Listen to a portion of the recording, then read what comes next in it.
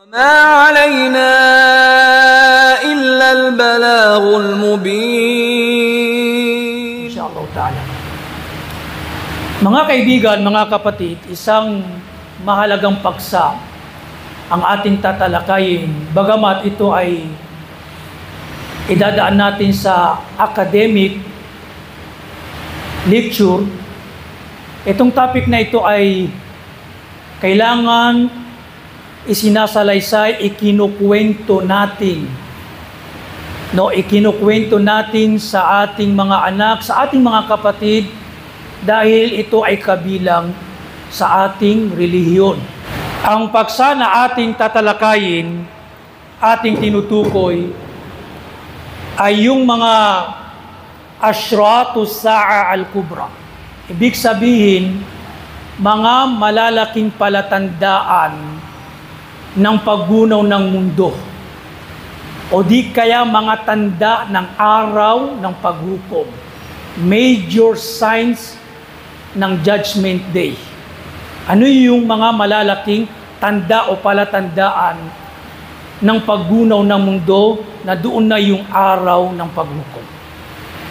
Ito'y bahagi ng ating relihiyon. Ibinahagi, ikinuwento, isinalaysay ni Allah sa Quran, at maging ang Rasulullah sallallahu alaihi wasallam ikinuwento, isinalaysay niya sa atin na para nating nakikita, nilarawan sa atin ng napakadetalyado at sakto, tumpak. At mayroong mga benefit sa pagtatalakay sa mga major signs.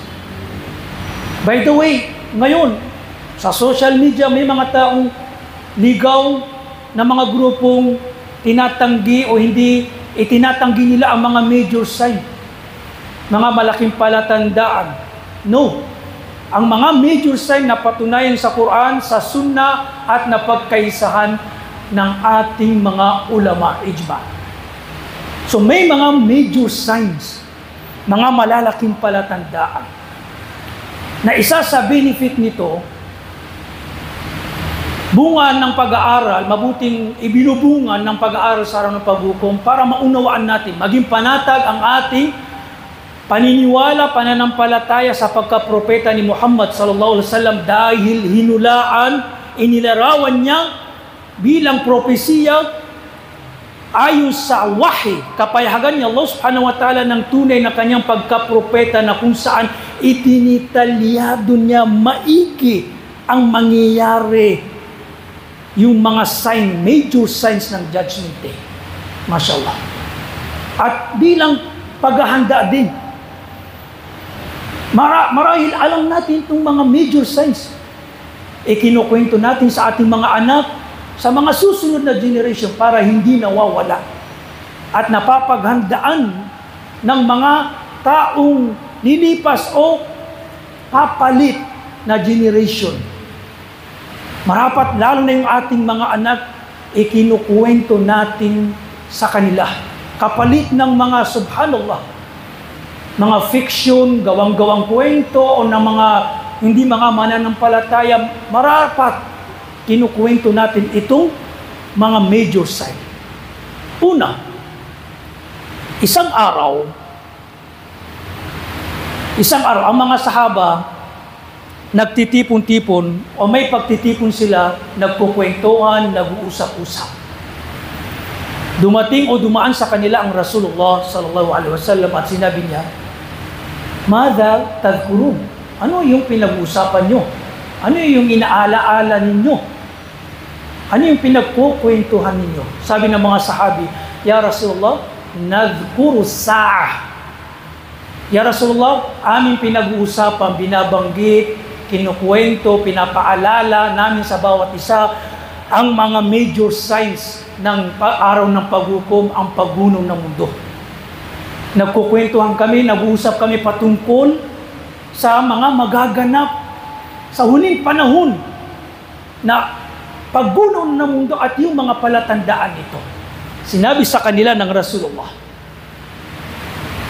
Sabi ng Rasulullah sallallahu alaihi wasallam, "Lan takuma hatta taraw qablaha 10 ayat." Ila akhir al-hadith.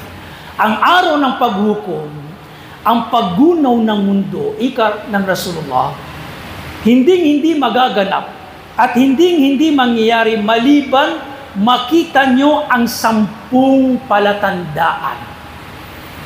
So tinukoy ng Rasulullah, hindi yan, alamin ninyo, tandaan ninyo, na hindi mangyayari ang paggunaw ng mundo hanggat hindi nyo makita ang 10 ayat. 10 mga malalaking palatandaan o tanda ng paggunaw ng mundo o ng araw ng paghukom. Ito yung major signs. So binanggit niya yung 10. Una, ang paglitaw ni Dajjal. Tandaan natin, Masih ad-Dajjal. Bulaang propeta, sa ibang kasabihan, Antichrist. Pangalawa, ang pagbaba ni Isa. Nuzulu Isa bin Maryam, ang pagbaba ni Hesus Kristo Isa ibn Maryam mula sa langit. Pangatlo, Ya'juj wa Ma'juj. Sa ibang kasulatan o sa mga people of the book, ang pagbanggit nila Mag at Magug. Pero sa Islam, Ya'juj wa Ma'juj. Ganyan ang pagkabanggit sa Quran. Pang-apat, ang makita ng mga tao yung napakalaking usok mula sa langit na babalutin ang lahat ng tao. Subhanallah. Napakalaking usok. Panglima, ang paglitaw ng halimaw mula sa lupa. Beast, dabba, nakakausapin ang mga hindi mananampalataya at seseliwan sila na ikaw ay kafir, hindi ka nananampalataya. Beast, halimaw na mangangausap sa lahat. Subhanallah. Ika-6, ika-7, ika-8 ay ang 3 lindol, mga malalaking lindol na mangyayari. Subhanallah. Thalathatu kusuf, lindol sa kanluran, lindol sa silangan at lindol sa Arabian Peninsula. 3 lindol, sabi ng Rasulullah. Pang-siyam, ang pagsikat ng araw sa kanluran. Sisikat ang araw sa kanluran. Dahil ito na yung, subhanallah, nabanggit na wala nang tatanggapin na tawbah. Malaking sign, makikita ng mga tao. Subhanallah, ang araw sisikat sa kanluran, imbis na sa silangan. Panghuli, 10, yung apoy na magmumula sa Yemen, na lilipunin ang mga tao, titipunin ng mga tao sa isang lugar na doon na sila magtitipon at doon na wawasakin ang mundo. Doon na mag-umpisa ang paggunaw ng mundo. Yan ang 10. Tandaan natin yan. At ito'y isasalaysay natin, insyaAllah ta'ala, kung hindi natin kayang tapusin sa khutbah na ito, ipagpapatuloy natin. Pero unahin lang natin banggitin yung itong si Masih Dajjal at si Isa alayhis salam. Dahil ito yung napakalaking sign. Sabi ng mga scholar, historian at mga ulama ng history at yung mga ulama ng hadith, ang major sign, kailan mag-uumpisa? Mag-uumpisa sa paglitaw ni Imam Mahdi. Ito na yung unang palatandaan ng paglitaw ng 10 major sign na ito. Lilitaw muna si Imam Mahdi. Tandaan niyo, mayroon tayong tinatawag na Imam Mahdi. Imam pinuno. Mahdi guided. Ginabayan. No? At wag kayong maguluhan, malito. Ang Shia, mayroon silang kiniklaim na Imam Mahdi al-Muntawar. Magkaiba po yung sa tinatawag nating Imam Mahdi. Kaiba po. Yung Imam Mahdi ng mga Shia, fiction niyang gawa-gawa katanghisip, walang katotohanan. Yun ang summarize. Walang katotohanan. Imam Mahdi, yung ika-12 imam nila na nagtago daw sa sa ilalim ng lupa, fiction niyang walang katotohanan at lilitaw daw sa huling panahon, walang katotohanan. Ang tinutukoy natin, pag-uusapan natin, babanggitin natin, iahayag natin, isasalaysay natin, ang Imam Mahdi ng Sunni, tayong mga Sunni, Muslim Sunni, ang Sunnah wal Jama'ah. Unang lilitaw bago yung 10, si Masih Dajjal, si Isa, si Imam Mahdi muna. Si Imam Mahdi, no, na magiging khalifa. Pag sinabi natin khalifa, pinunong ng lahat ng Muslim. Khalif, pinunong. Ito na yung pinakamataas na uri ng pamumuno, na kung saan lahat ng tao nasasakupan niya, under sa kanya. Hindi bansa-bansa, under sa kanya, lahat. Si Imam Mahdi natin, magmumula sa descendant, lahi ng Rasulullah sallallahu alaihi wasallam. At kapangalan niya mismo ang ating propeta. Ito yung paglalarawan ni Propeta Muhammad. No? Sabi ng Rasulullah, "Law lam yabqa min ad-dari ila yawmun lab'atha Allahu rajulan min ahli baiti yamla'u adlan kama mulya juran." Sabi ng Rasulullah, kung walang natitira sa mga huling araw, maliban sa isang araw, ipapadala ni Allah subhanahu wa ta'ala ang lalaki mula sa aking pamilya, mula sa aking lahi, na itong lalaki na ito, ipapalaganap niya ang katarungan sa kalupaan.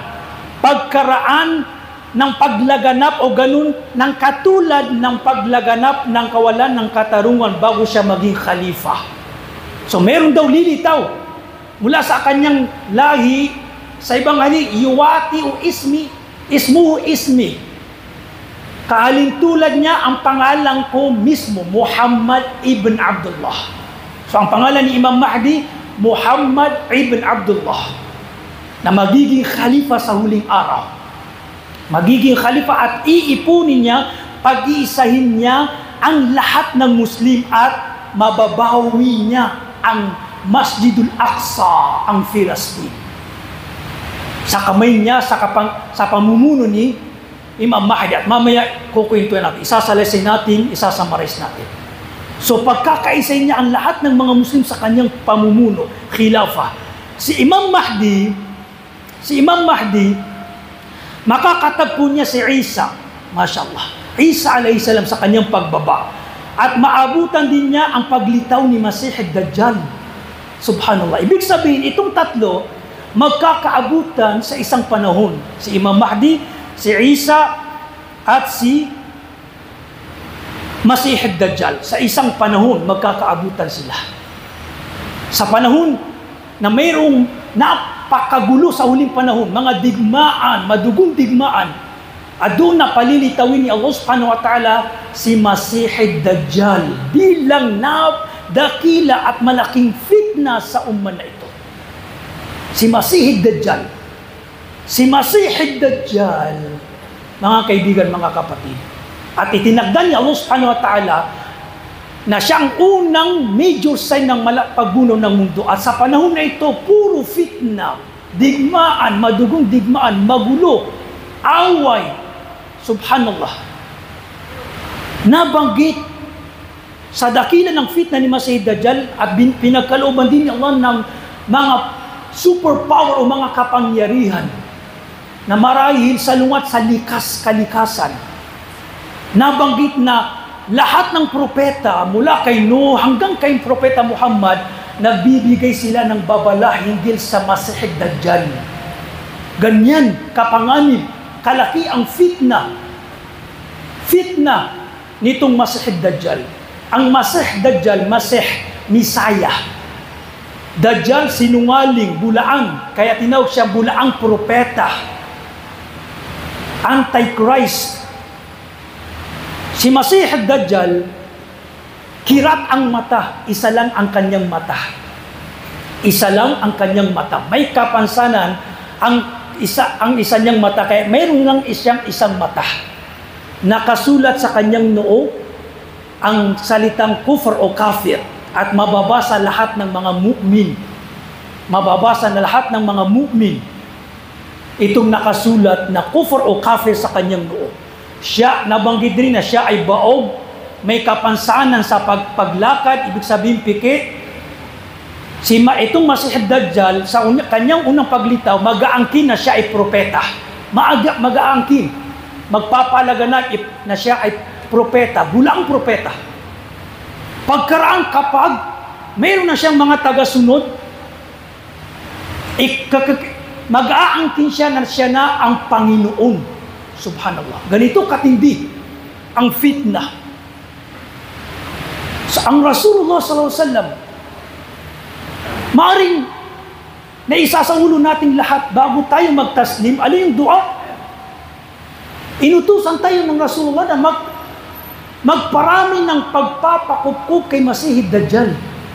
Allahumma inni a'udzubika min adhabi jahannam wa min adhabil qabr wa min fitnatil mahya wal mamat wa min fitnatil Masih Dajjal. Ya Allah, nagpapakupkup kami sa iyo mula sa fitna ni Masih Dajjal. Wajib usul na yan na binibigkas bago magtaslim. Ganyan katindi. Kaya nga binabasa natin ng Suratul Kahf every Friday. Isa sa kabutihan nito, maliligtas ka sa fitna ni Masih Dajjal. At marami pang mga nabanggit na hadith. Bilang payo ng Rasulullah na magpakupkup. Sabi ng Rasulullah, higit kong pinangangambang, kinatatakutan sa inyo ang pagdating ni Masih Dajjal. Alam niyo kung gano'n siya katindi, subhanallah. Itong binigay ni nakapangyarihan, bakit marami ang susunod sa kanya na mga hindi mananampalataya at yung mga mahihina ang iman, mga juhal, mga mangmang ay susunod tatalima kay Masih Dajjal. Una, kaya niyang paulanin ang langit. Kaya niyang paulanin ang langit. Patubuin ang lupa ng isang kahoy o halaman o palabasin mula sa lupa ang mga treasure, kayamanan. Sobrang taggutom sa huling panahon at meron siyang mga maraming pagkain. Kaya niya rin magpakita ng paraiso at impyerno. Subhanallah. Kapag meron siyang dinadawaan, kinakausap, pag hindi maniniwala, gusto mong ipakita ko sa ang paraiso at impyerno. Subhanallah.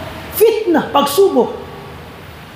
Pero sabi ng Rasulullah, kapag nagpakita si Masih Dajjal ng paraiso at impyerno, at inutusan kayong pumasok, pumili ng isa, pumasok kayo sa impyerno. Dahil yung impyerno na yun ay paraiso. Kabaliktaran. Kabaliktaran, sabi ng Rasulullah. At panguli, kaya niyang bumuhay ng patay. Subhanallah. Kaya niyang bumuhay ng patay. Paano hindi maniniwala? Mayroong isang tagpo na kakausapin Masih Dajjal. Mapangyarihan ni Masih Dajjal. Hindi maniniwala. Sabi niya, yung magulang mo, nasaan? Sabi niya, pumanaw na. Gusto mo bang buhayin ko sa iyo? Buhayin ko para sa iyo ang iyong ina? At mangyayari nga, pero ito ay panlilin lang dahil meron siyang mga kampun mula sa mga jinn, syaitan, na maglalarawan sa kanyang ina. Kasinuan kabulaanan, puro panlilin lang. Mangyayari na mahuhukay ang libingan, lilitaw mula doon ng kanyang ina. Pero ito ay si syaitan, isang syaitan mula sa jinn, at magpapanggap na kanyang ina at yung tao na yun mafifit na at maniniwala kay Masih Dajjal. Subhanallah. Itong si Masih Dajjal, Antichrist, lilibutin niya ang mundo. No? Magmumula siya sa Eastern land, Khurasan, o di kaya nabanggit na Asfahan, itong Iran. At mula daw sa Asfahan, Iran, 70,000 na mga Hudyo ang susunod kay Masih Dajjal. Kaya huwag kayong magugulat kung bakit ang mga Yahud, Jews, isa sa mga sign nila, one eye.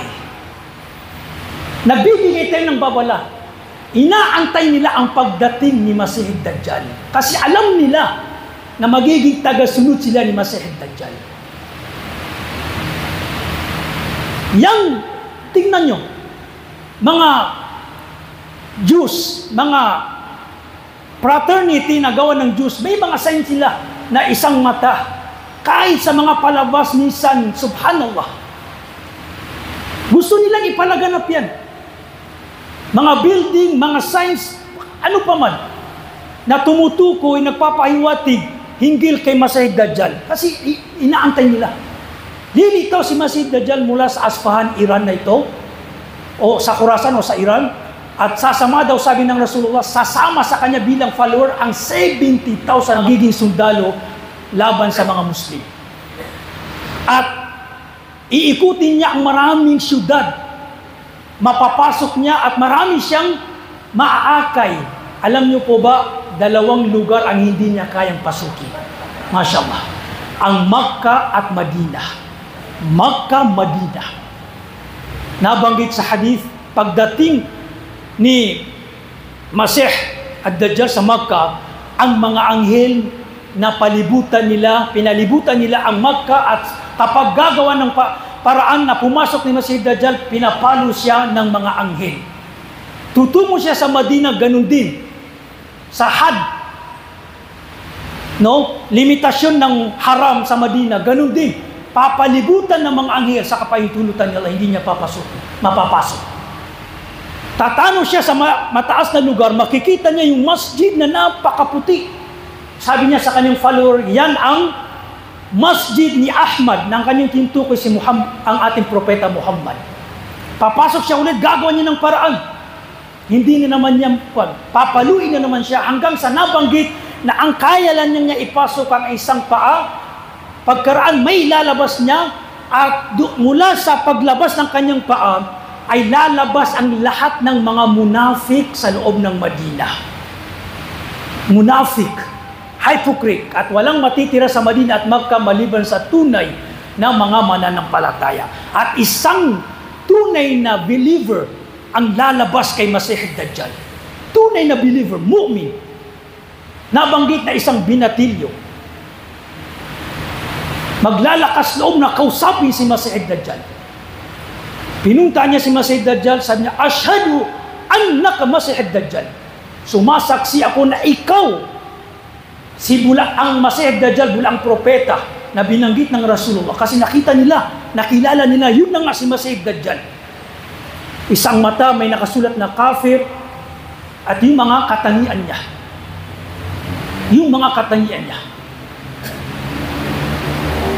Ngayon, sa time na yon, na hindi niya kayang pasukin ng Makkah at Madina, nag-aasik na ng lagim si Masih ad-Dajjal sa iba't ibang lugar. Ang huli niyang pupuntahan ay ang Sham. Ang Sham ay ang Damascus, Jordan, Palestine, at Lebanon. Ito yung 4 na lugar na tinatawag na Sham. Lalo na ang Palestine, na gusto niyang sakupin ang Palestine. Pero sa time na iyon, nandun na ang mga Muslim sa pamumuno ni Imam Mahdi. At sa time na rin to, bababa si Isa alayhi salam. Kasi siya ang papatay kay Masih ad-Dajjal. Subhanallah.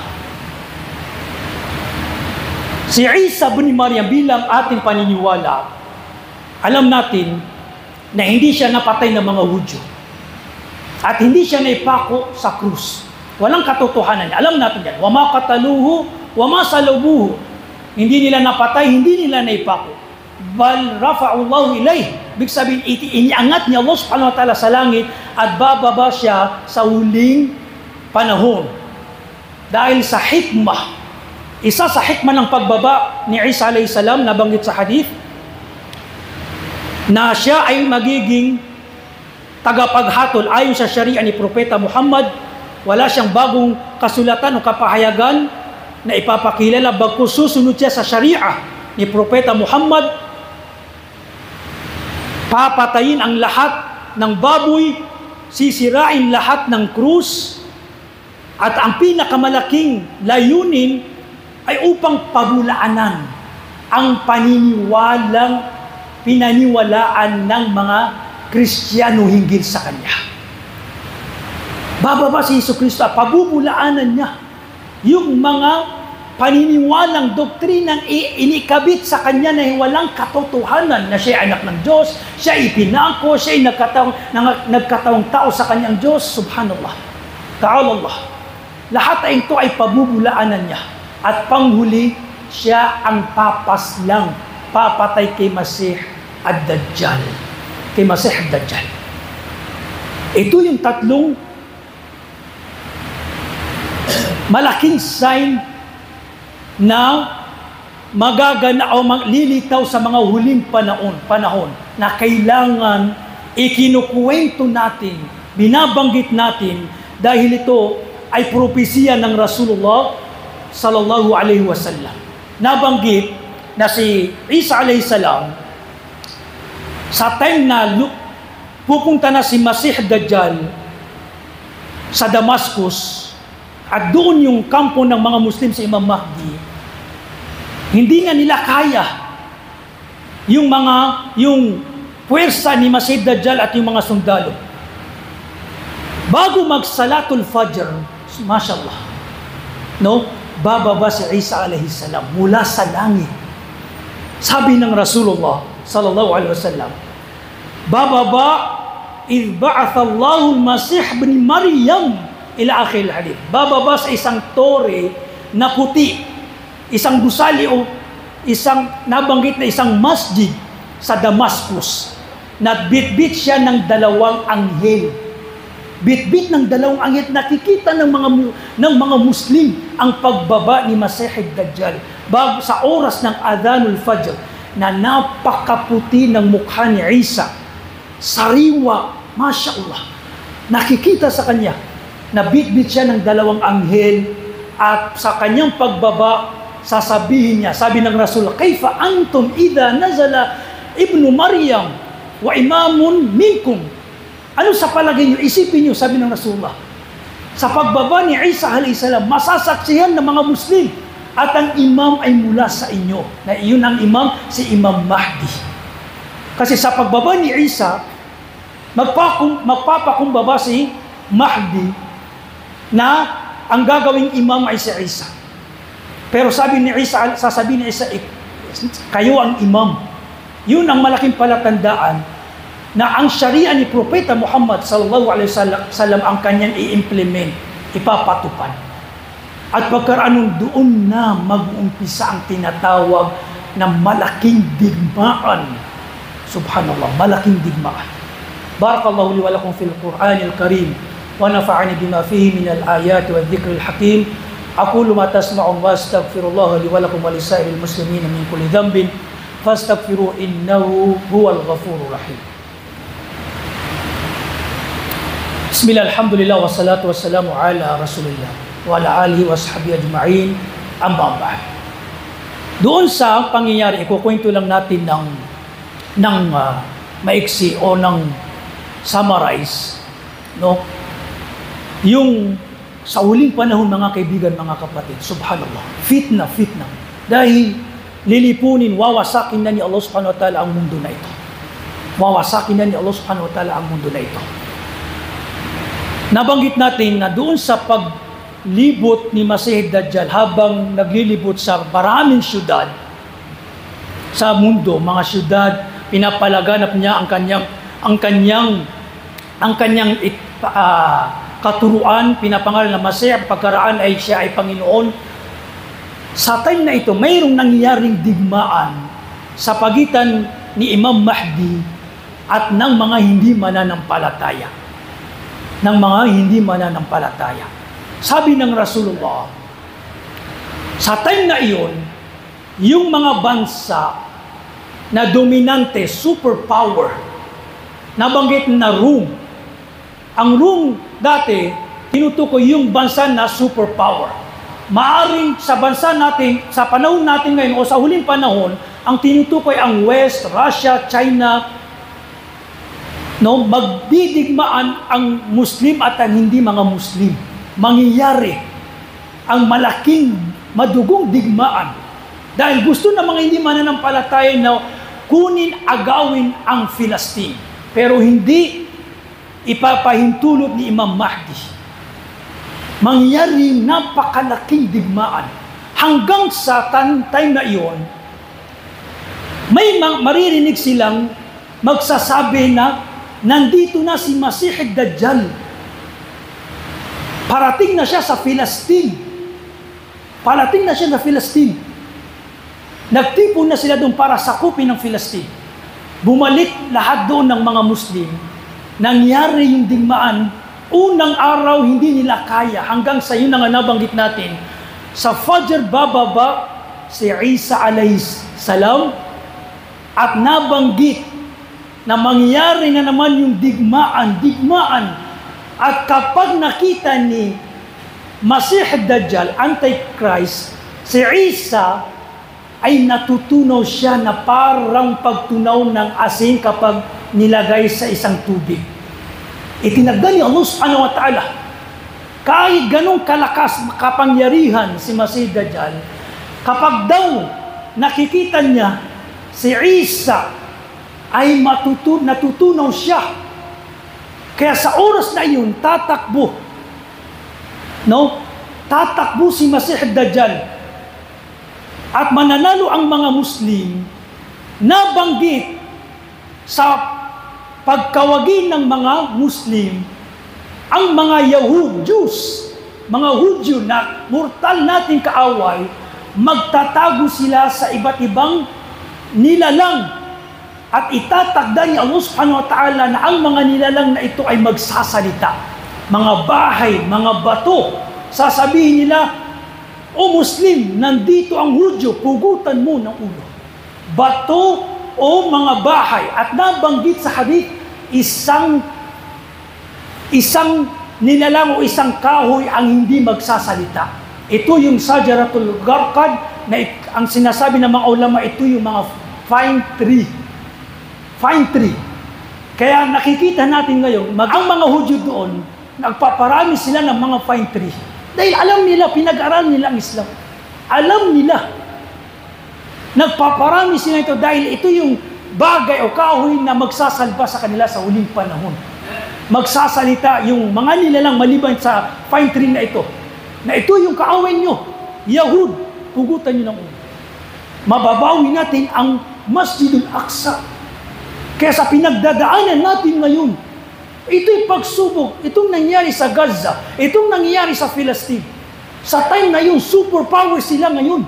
Alam natin, superpower ang West. Ang sa atin muna, sabr. Sabr ang huling alakhak ay sa mga Muslim. Kung hindi man ngayon, sa huling panahon, insyaAllah ta'ala, makukuha natin, mababawi natin ang Masjidul Aqsa. At tatakas si Masih Dajjal, hahabulin ni Isa a.s. at nabanggit na maabutan niya sa bansang Yemen. At doon niya sasaksakin at pupugutan niya ng ulo. At sisigaw niya sa kanyang mga tagasunod, ito ba yung Panginoon na pinaniwalaan niyo? Ito, maktul, namatay. Doon nila mapagtatanto na bula ang propeta, bula ang Panginoon, itong sinusunod nila, master nila na nagkaklim ng pagka-propeta o pagka-Panginoon. Subhanallah. Doon mapapaslang si Masih Dajjal at mababawi ng mga Muslim sa pamumuni ni Imam Mahdi at ni Isa a.s. ang Palestine Masjidul Aqsa. At doon na ito na lilitaw na naman ang isang malaking palatandaan, ang Ya'juj wa Ma'juj. At insyaAllah ta'ala isusunod natin sa susunod na khutbah, naway nakapagbigay tayo ng mga maiksing salaysay, pagpapahayag, pagbabahayi hinggil sa major sign na kailangan alam natin yung detalye nito, na unawaan natin, no? At mayroong mga mabubuting benefits ang ibinibigay nito. Ang pinakapandon na papaghandaan natin ang papalapit o di kaya ang mangyaring pagbunaw ng mundo. Gabayan, nawa tayo ni Allah subhanahu wa ta'ala patatagin, nawa tayo ni Allah subhanahu wa ta'ala sa relihiyong Islam. Ibadallah, inna Allah amarkum bi amrin qad bada fi binafsi faqala azza min qail inna Allah wa malaikatahu yusalluna ala nabi ya ayyuhalladhina amanu sallu alaihi wa sallimu taslima.